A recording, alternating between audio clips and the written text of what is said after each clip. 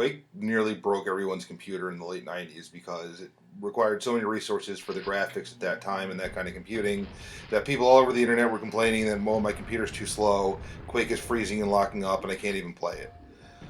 Fortunately for me back then, I had a good computer. I had a pair of Voodoo 2 cards with the SLI bridge. It was the first SLI compatible video card that you could link two of them together. So I had a lot of fun playing it. This is one of my all-time favorites. Here's a video about how to install Quake from GOG.com, which you can purchase for $4, and how to install VK Quake, which is a source port. It's been converted to newer computers so you can play it on a modern PC. And on GOG.com, they've made a version of it that you can buy for $4 and download, but it has some trouble. You can't really crank up the resolution easily, and the instructions for how to do so seem to have disappeared.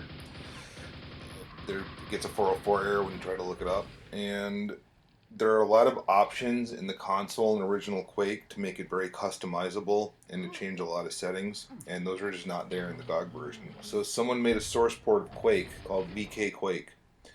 So in this video I'm going to explain to you how to first purchase the GOG version, then install VK Quake, then move the map files from the GOG version into VK Quake, which is required. The first thing to do is open your browser.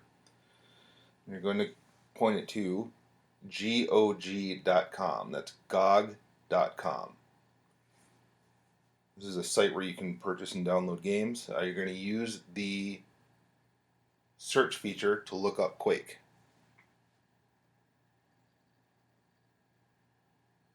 And you want the one that just says Quake, not with the numbers after it. Click on it. Click Add to Cart. And you go to your cart and check out.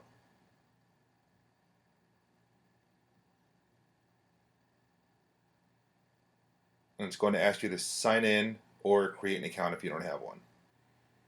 So the next thing you're going to do after you're signed in is you're going to click download and install now to get GOG Galaxy.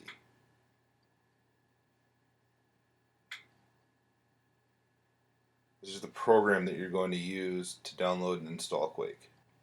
After you've downloaded GOG Galaxy, it's going to ask you to sign in. So go ahead and do that. You might see this error message. Just click OK.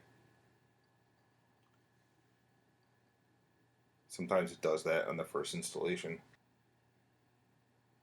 So where you'll want to go from here is over to Recent, or if you go to Own Games and Install Games, you'll pretty much get the same thing. You scroll down to where you see Quake the Offering, and you're going to click that download button. It's kind of hard to see. And you click Install. This is another glitchy thing about GOG Galaxy. It looks like it's not downloading and installing now, but it is.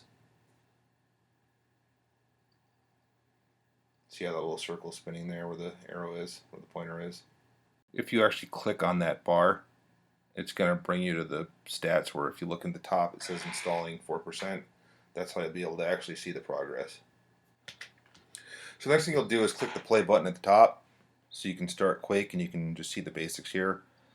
You'll notice when this loads that everything is kind of squished to the upper left corner because I'm in 1920 by 1080 resolution, and Quake plays at an old school square letterbox, old CRT screen kind of resolution.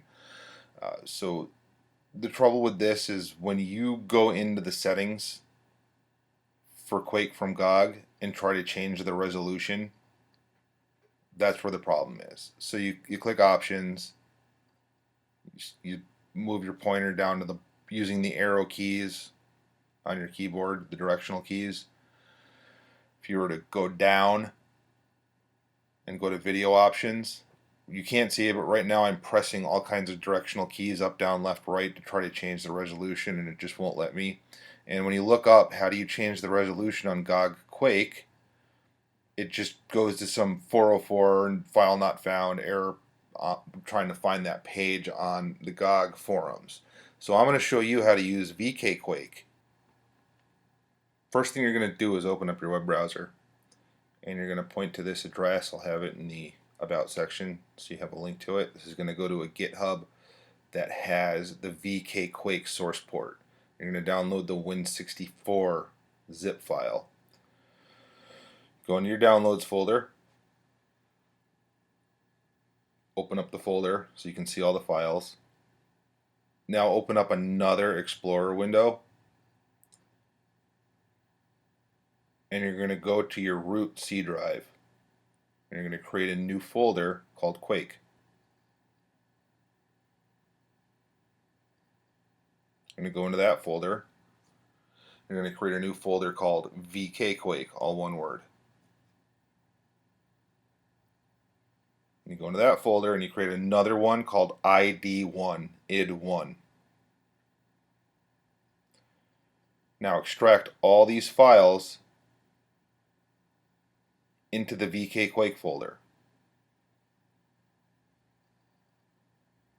Now you need to go into the ID1 folder, and we're going to back to the main C drive, and we're going to go to where we installed GOG Quake under Program Files x86, GOG Galaxy,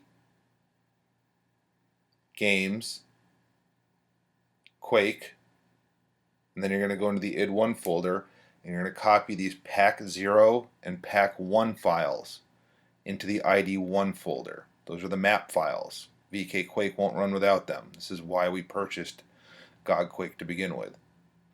Now we're going to create a new text file.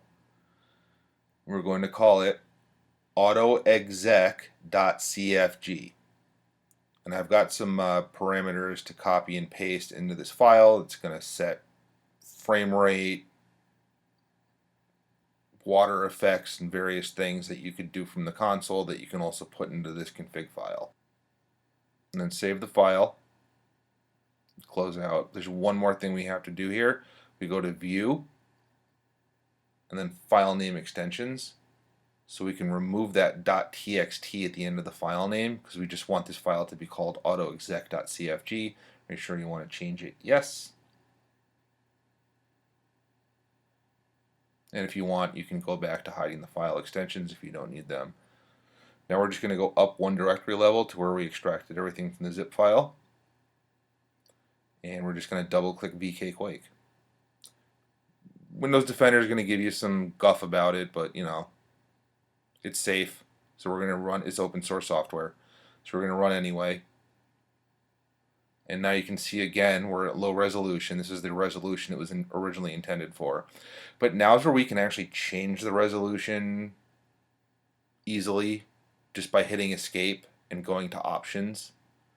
Then using the directional pad to go down to the bottom where video options is and hit enter.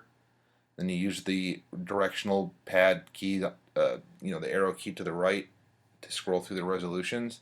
We'll set this one to 1920 by 1080. Use your down arrow to go down and click apply changes, and now you're at 1920 by 1080, and you can start a new single player game and experience Quake. Whether you've been playing this for a long time and you know about it from back in the day, or you're new, never played it before, just into retro gaming, this is a great one. And this was cutting edge graphics and really cool effects. I'm going to do another video in the future just about the sound effects and the sounds. All the sound effects, like picking up health, picking up ammo, firing weapons. All those sounds were designed by Trent Reznor from Nine Inch Nails. And he also made an awesome soundtrack for it. Problem is, on these ports of Quake, the soundtrack seems to be non-existent. And you look around online, you go in the forums, you look in the discussions about this, and there's just all these people wondering what happened to the Nine Inch Nails music. And that's what we'll get into in a separate video.